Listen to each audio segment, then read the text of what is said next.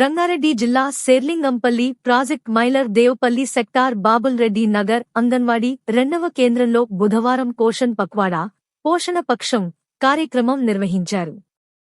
ఈ కార్యక్రమంకు స్థానిక కార్పొరేటర్ తోకల శ్రీనివాస్ రెడ్డి హాజరయ్యారు.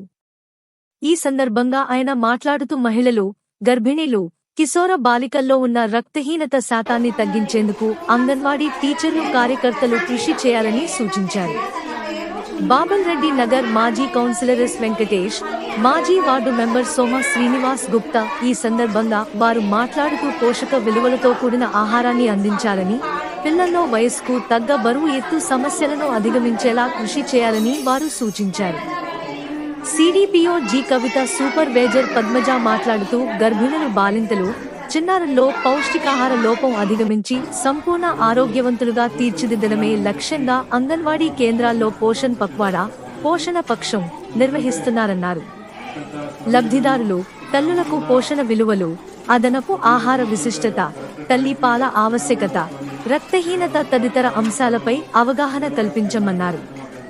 రాజేంద్రనగర్ సర్కిల్ స్థాయి నవ యువ యూత్ క్లబ్ ఉపాధ్యక్షులు రమేష్ రెడ్డి ఈ సందర్భంగా మాట్లాడుతూ ఫ్రీ స్కూల్కు వచ్చే పిల్లలను 5 సంవత్సరాల వరకు అంగన్వాడీ కేంద్రాలకు పంపిస్తే ఆటపాటల విద్యతో పాటు అంగన్వాడీ టీచర్లు పిల్లలను తల్లులుగా చూసుకుంటారని తెలియచేశారు. అంగన్వాడీ టీచర్లు మాట్లాడుతూ అంగన్వాడీ కేంద్రాల ద్వారా అందే సేవలను పూర్తి స్థాయిలో లబ్ధిదారులకు తెలియపరిచేలా కార్యక్రమాలను నిర్వహిస్తున్నామన్నారు.